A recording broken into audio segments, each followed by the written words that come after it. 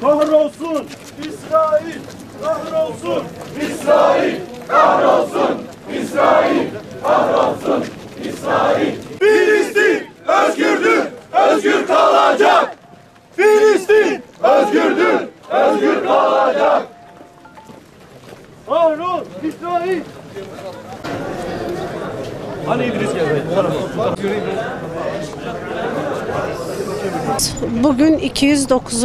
günü yaşanıyor. İşgalin, katliamın, soykırımın, zulmün.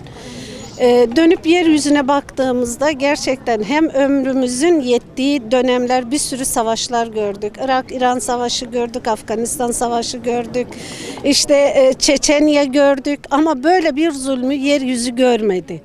Ve tarihe de baktığımızda bunun örneği ancak tarihe hayvanlığıyla, insanlık dışı eylemleriyle Haçlıların damga vurduğu bir soykırımın yaşandığını görüyoruz.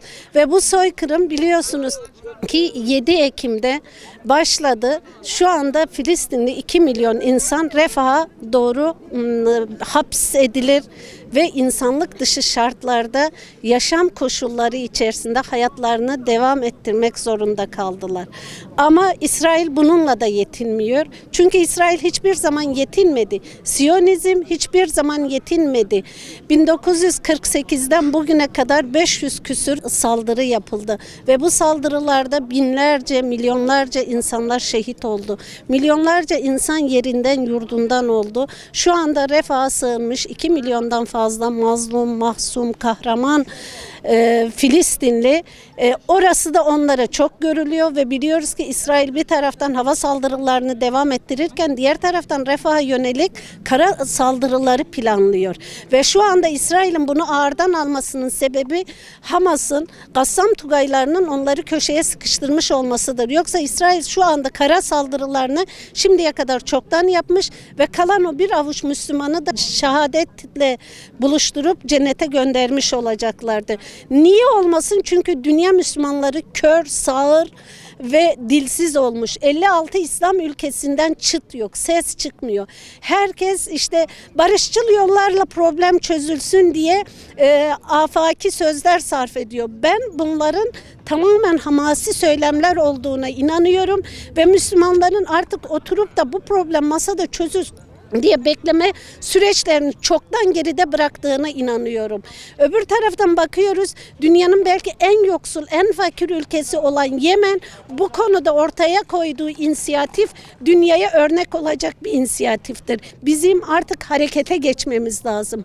Artık bir şeyler yapmamız lazım. Hepimizin el birliğiyle Filistin'e doğru yürümemiz lazım. Silahlı ya da silahsız. Evet, belki ülkeler asker gönderemiyorlar, uluslararası hukuktan çekiniyorlar.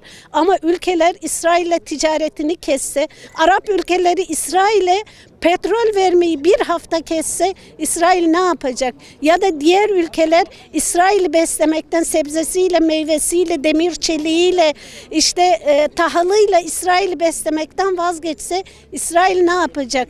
Bizler artık söylemden vazgeçip eyleme geçmemiz lazım. Ama maalesef ki biz söylemden bile vazgeçtik ama eyleme de geçmedik.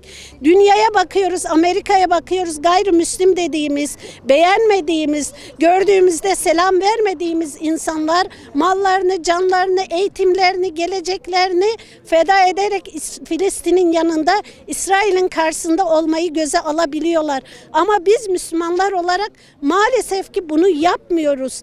Yapmak istemiyoruz, yapamadığımızdan değil.